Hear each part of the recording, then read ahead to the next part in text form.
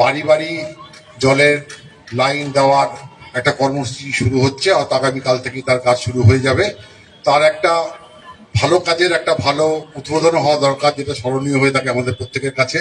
তার জন্য আমরা আজকে এখানে জড়ো হয়েছি। আমরা আমাদের মধ্যে এই পুরো প্রকল্পটাকে উদ্বোধন করবেন আমরা পেয়েছি আমাদের মাননীয় বিধায়ক তথা উত্তরবঙ্গ উন্নয়ন মন্ত্রী উদয়ন গুহ মহাশয়কে। তিনি সময় দিয়েছেন, তার জন্য তাকে অসংখ্য ধন্যবাদ, তিনি উপস্থিত হয়েছেন।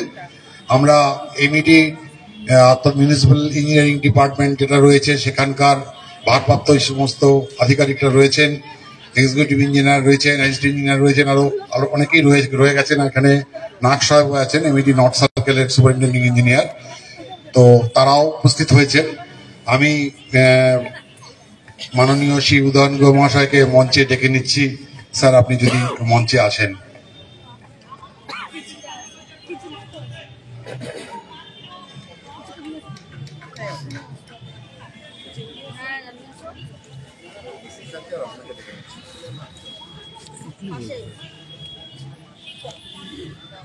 এই মুহূর্তে রয়েছে আমরা দিনহাটা সংহতি ময়দানে, সরাসরি আপনাদের সেই চিত্র তুলে ধরছি এবং পুরো বিস্তৃত বিষয় আপনাদের সামনে নিয়ে আসার চেষ্টা করব। আমি সুপারিনটেন্ডিং ইঞ্জিনিয়ার সুবীর নাগ মহাশয়, এমইডি কোচবিহার ডিভিশনের এক্সিকিউটিভ ইঞ্জিনিয়ার সুমন সরকার স্যারকে বলছি আসন নিতে।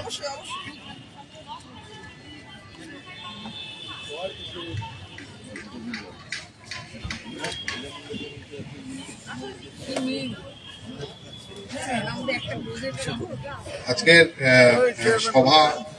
সভাপতি হিসেবে আমরা গ্রহণ করে নিলাম। এর প্রস্তাব আর সমর্থনের কোনো জায়গা নেই, আমরা উদয়ন গুহ মহাশয়কে সভাপতি হিসেবে গ্রহণ করলাম। আমরা ডেকে নিচ্ছি আমাদের পৌরসভার চেয়ারপারসন শ্রীমতী অপর্ণা দে মহাশয়কে ডেকে নিচ্ছি।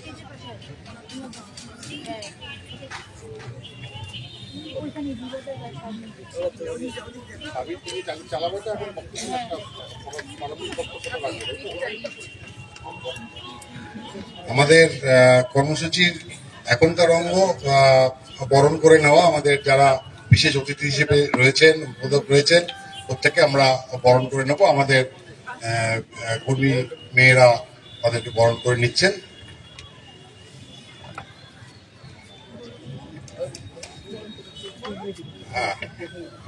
প্রথমে আমরা বরণ করে নিচ্ছি উদ্বোধক শ্রী উদয়ন গুহ মহাশয়, ভারপ্রাপ্ত মন্ত্রী উত্তরবঙ্গ উন্নয়ন দপ্তর এবং আমাদের এলাকার বিধায়কও বটে, আমাদের অভিভাবকও বটে। আমরা বরণ করে নিচ্ছি দিনহাটা পৌরসভার চেয়ারম্যান অপর্ণা দে মহাশয়াকে।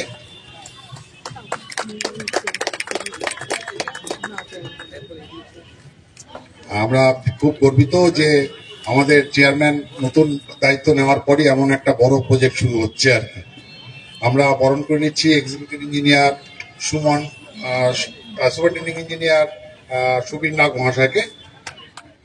উনি শিলিগুড়ি থেকে কষ্ট করে এসেছেন, অসংখ্য ধন্যবাদ, তার টিম নিয়ে তিনি এসেছেন। আমরা assistant engineer Cooch Behar division MED Suman Sarkar মহাশয়কে বরণ করে নিচ্ছি। দিনে রাতে ওনার কাছেই আমাদেরকে দৌড়তে হয় এবং এই প্রজেক্টটা পুরোটা দেখভালই আমাদের সুমন সরকার মহাশয়ের উপর দায়িত্ব দিয়েছে ডিপার্টমেন্ট থেকে। আমরা আমাদের যারা কাউন্সিলররা রয়েছেন এবং এমইডির যে সমস্ত অফিসিয়ালস রয়েছেন প্রত্যেককেই বরণ করে নেওয়ার একটা অনুষ্ঠান রয়েছে। আমি আলাদা করে আর নাম ঘোষণা করলাম না, প্রত্যেককে তোমরা সম্মানিত করো।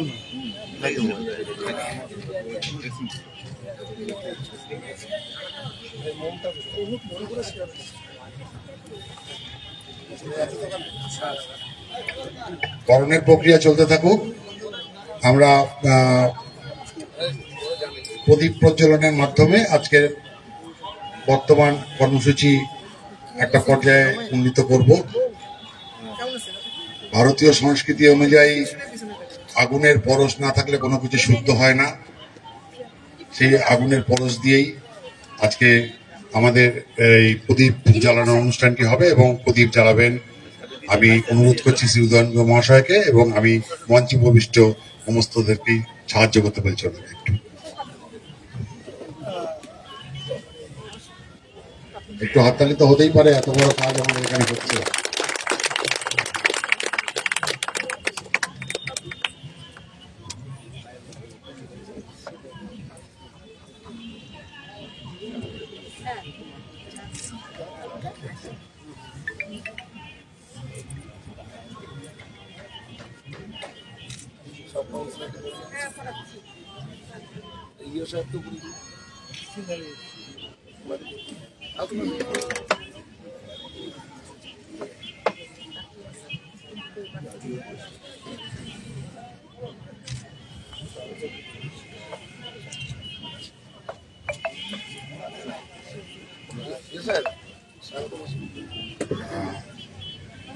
প্রারম্ভিক বক্তব্য রাখার জন্য আমি আমাদের ভাইস চেয়ারম্যান শ্রী সাবির শাহ চৌধুরীকে অনুরোধ করছি একটু।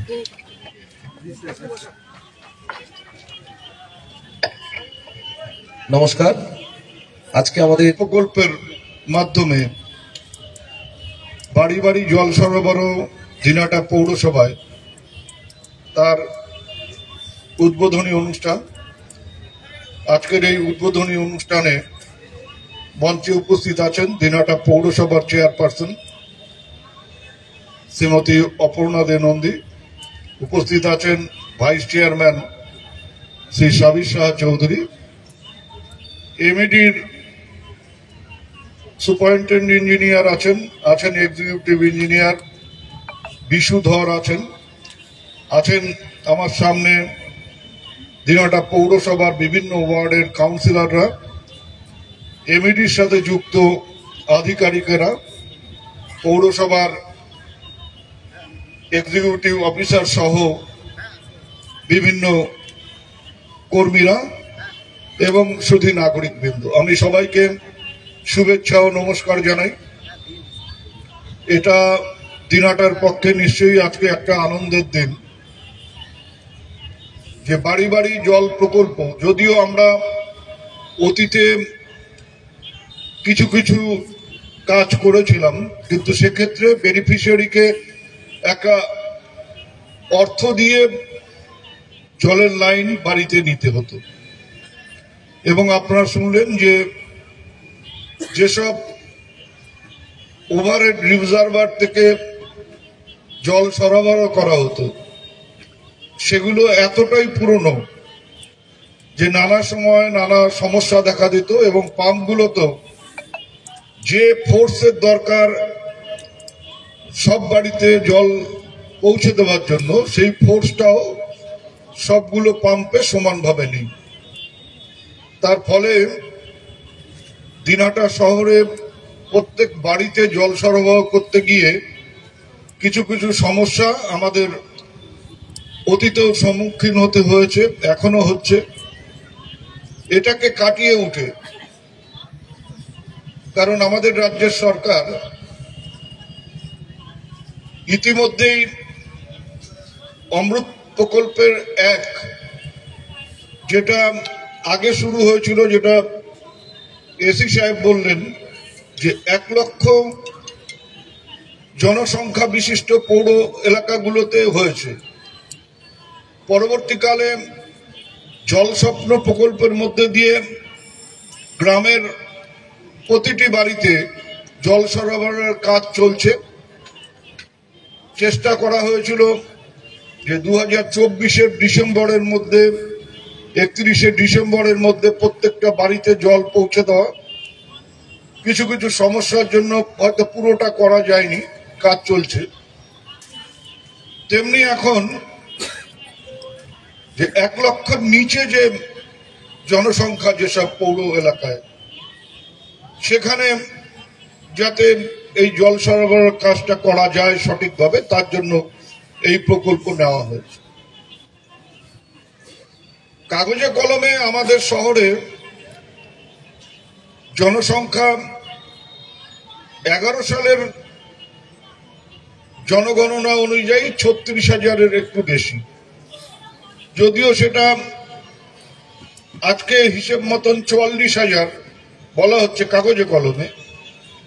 কিন্তু এটা আমি আমাদের মন্ত্রীকে বলেছি, এই দপ্তরের মন্ত্রীকে বলেছি, বিধানসভায় বক্তব্য রাখতে গিয়ে বলেছি যে দিনহাটার মতন পৌরসভা, যেটা গ্রাম দিয়ে ঘেরা এবং গ্রামগুলো অধিকাংশই হচ্ছে একেবারে সীমান্তবর্তী গ্রাম, নানা সমস্যা আছে, স্কুল কলেজের সমস্যা আছে। স্বাভাবিকভাবেই সবাই চেষ্টা করেন তাদের ছেলে মেয়েকে ভালো স্কুলে পড়ানোর জন্য, তারা শহরমুখী হয়ে উঠছেন। কিন্তু শহরমুখী হতে গিয়ে যে সমস্যাটা পৌরসভার ক্ষেত্রে হচ্ছে, সেটা দেখা যাচ্ছে যে অনেকে বাড়ি করছেন শহরে, একজনকে বাড়িতে কাগজে কলমে দেখাচ্ছেন যে সেখানকার বাসিন্দা একজন, তার নামে সেই বাড়ি। 5 জন থাকছেন, তাদের ভোটার লিস্টে নাম হচ্ছে গ্রামে।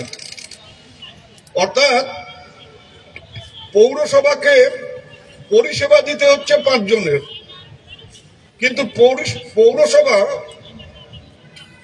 সরকারকে জনসংখ্যা দেখাচ্ছে 40,000, কিন্তু দেখা যাচ্ছে যে পরিষেবা দিতে হচ্ছে 55,000। সরকারের কাছ থেকে সুযোগ সুবিধা পৌরসভা পাচ্ছে ওই 40,000-এর উপর ভিত্তি করে, কিন্তু তাকে পরিষেবা দিতে হচ্ছে ওই 55,000, যে বাড়তি 15,000। সেখানে আমাদের টান পড়ছে পৌরসভাগুলোর, বিশেষ করে আমার দিনহাটা পৌরসভা। আমি এটা আগে বলেছিলাম যে এরপর থেকে আমাদের এটা করতে হবে যে জলের কানেকশন দেবার ক্ষেত্রে বা অন্যান্য সুযোগ সুবিধা দেবার ক্ষেত্রে বলতে হবে যে কতজন থাকে, তাদের সবার নাম ভোটার লিস্টে আছে কিনা। যদি সবার নাম ভোটার লিস্টে থাকে, সেই অনুযায়ী আমরা আমাদের পৌরসভার গ্রেড বাড়িয়ে সুবিধে, যে অমৃত প্রকল্প, যদি সরকার তার চিন্তা ভাবনাকে বদল না করতো, তাহলে আমরা এখনো অমৃত প্রকল্পের সুযোগটা পেতাম। যদি ওটাকেই ধরে রাখতো যে 1 লক্ষ জনসংখ্যা না হলে এই জলের প্রকল্প হবে না বা অন্য অন্য কিছু কাজ আছে সেগুলো করা যাবে না, তাহলে আমরা দিনহাটা পাই না। কিছু অসুবিধা দিনহাটার মতন পৌরসভাগুলোর হয়। যাই হোক, এটা এমএডি সহ আমি সরকারকেও বলতে হবে যে এই যে দৃষ্টিভঙ্গিটা বদল করে, যে জনসংখ্যা যাদের কম আছে 1 লক্ষ, তাদেরকেও এই সুবিধা দেওয়া হচ্ছে। আরেকটা সমস্যা কিন্তু আমরা পড়ব, বিশেষ করে কাউন্সিলররা পড়বেন। প্রথম ফেজে 4,000-এর বেশি কিছু বাড়িতে জলের কানেকশন দেওয়া হবে। দিনহাটায় আমার যতদূর মনে হয় যে এখনই প্রায় 13,000 বাড়ি আছে যেখানে জলের কানেকশন দেওয়া প্রয়োজন আছে। এটা যখন হবে, যতই ফেজ ভাগ করে দিন, তখনই কিন্তু একটা সমস্যা শুরু হবে যে কে আগে পাবে, কাদের আগে দেওয়া হবে। এই যে কাদের আগে দেওয়া হবে, এক্ষেত্রে আমার মনে হয় পৌরসভার যারা কাউন্সিলররা আছেন তারা বিবেচনা করবেন এবং দেবার ক্ষেত্রে একটা গ্রেড ঠিক করে নেওয়া দরকার হবে যে আমরা কাকে আগে দেব, কাকে পরে দেব। কারণ এটা নিয়ে একটা সমস্যা আমরা যারা জনপ্রতিনিধি, আমাদের মুখোমুখি হতে হবে, সরকারি আধিকারিকেরা যারা আছেন, ইঞ্জিনিয়াররা যারা আছেন, তাদেরও হবে এবং কাউন্সিলরদের তো হবে। কাজে এই সমস্যাগুলো আমাদের সবাই মিলে বসে কাটিয়ে নিতে হবে। আজকে আমি দেখছিলাম কাগজটা, যে এটার লক্ষ্যমাত্রা, এই যে কাজটা শুরু হয়েছে, এটার লক্ষ্যমাত্রা হচ্ছে 2055 সাল। 2055 সালে দিনহাটা শহরের জনসংখ্যা ধরা হয়েছে 70,000-এর বেশি, একটু বেশি। কিন্তু আমার মনে হয় যে হারে দিনহাটায় জনসংখ্যা, আমি জন্মের দিক থেকে বলছি না, যেভাবে গ্রাম থেকে মানুষ দিনহাটার দিকে আসছেন, যেভাবে একের পর এক বাড়ি হচ্ছে নতুন, এবং যে রেশিওতে জনসংখ্যা বৃদ্ধি হচ্ছে, তাতে করে এই রেশিও ধরে 70,000 যদি আমরা চিন্তা ভাবনা করি 2055, তাহলে ভুল হবে। আমার মনে হয় সেই সময় গিয়ে জনসংখ্যা আরো অনেকটাই বেড়ে যাবে দিনহাটা শহরে। এগুলো আমাদের চিন্তা ভাবনা এখন থেকেই করা দরকার বলে আমি মনে করি। তবু বলবো যে কাজটা শুরু হোক। যারা এখানে কাজ পেয়েছেন তারা পৌরসভার কাছে তো চাপে থাকবেনই, এবং আমার একটা দেখে ভালো লাগছে যে এই দুজন কাজ করছেন, দুজনই আমার যে এখন দপ্তর আছে সেই দপ্তরের কাজও করেন। কাজেই পরোক্ষভাবে এদের উপর একটা চাপ আমিও সৃষ্টি করতে পারবো যে আমার শহরের কাজটা যদি তাড়াতাড়ি না হয় তাহলে ওদিকটাও বন্ধ হয়ে যাবে। তা কাজেই যদি দিনহাটার কাজ ভালো হয়, দিনহাটার কাজ তাড়াতাড়ি হয়, তাহলে ওদিকেও সুবিধা হবে। সেই দিকে লক্ষ্য রেখে আপনারা দিনহাটার কাজটাকে তাড়াতাড়ি করবার চেষ্টা করবেন এবং ভালোভাবে করবেন। এবং যেটা এসি সাহেব বলেছেন যে গর্ত খুঁড়তে হবে, গর্ত নিশ্চয়ই খুঁড়তে হবে, কিন্তু গর্তটা বন্ধও করতে হবে। তাড়াতাড়ি করে গর্তটা বন্ধ করতে হবে যাতে কোনো রকম ঝগড়াঝাটির সম্মুখীন কাউকে না হতে হয়, সেদিকে আপনারা লক্ষ্য রাখবেন। এবং এটা আমি সবাইকে বলে রাখি, ওনারা এমইডি যারা আছেন তারা নিশ্চয়ই জানবেন, আর্থিকভাবে খানিকটা রুগ্ন পৌরসভা দিনহাটা পৌরসভা। কাজেই একটা রাস্তা খুঁড়ে সেখান দিয়ে পাইপ নিয়ে গেলে পারে সেই রাস্তা যত তাড়াতাড়ি মেরামত করার দরকার সেটা এমইডিকেই করতে হবে। কারণ দিনহাটা পৌরসভার ওন ফান্ড খরচ করে সেই রাস্তা করা বা অন্যান্য ব্যবস্থা নেওয়া খুব কঠিন হবে। কাজেই সেটা তো আমি বলছি, মানে সেটা যদি টাকা স্যাংশন হয়ে থাকে তাহলে ঠিক আছে, না হলে পরে একটা বড় সমস্যা মুখোমুখি হতে হবে। কারণ এটা তো একটা বড় সমস্যা যে পৌরসভার যত লোকের দরকার তত লোক সরকারিভাবে পৌরসভা পায় না, এবং অনেক লোকই আছেন যারা সরকারিভাবে পৌরসভায় নিযুক্ত আছেন তার চাইতে পৌরসভার নিজস্ব লোক অনেক বেশি আছে যাদের দিয়ে পৌর পরিষেবাটা দিতে হয়, তারা ছাড়া পৌরসভা চলতে পারে না। তা তাদের বেতন বন্ধ করে দিয়ে অন্য কিছু করাও সম্ভব হবে না। তা কাজেই সব মিলিয়ে সবাই মিলেমিশে ঐক্যবদ্ধভাবে আগামী দিনে এই যে জীবনকে মানুষের কাছে পৌঁছে দেওয়া, মানে জলের আর এক নাম জীবন, সেই জীবনকে মানুষের কাছে পৌঁছে দেওয়ার কাজ আমরা সবাই মিলে করব। আমাদের দিনহাটা শহরের মানুষকে সব রকম পরিষেবা দিতে আমরা অঙ্গীকারবদ্ধ, সেই অঙ্গীকার আমাদের সবাইকে রক্ষা করতে হবে। আপনাদের সবার মঙ্গল কামনা করে আজকের এই শুভ সন্ধ্যায় শুভ অনুষ্ঠানে আপনাদের সবাইকে আবারও শুভেচ্ছা জানিয়ে আমি আমার কথা শেষ করলাম। ধন্যবাদ।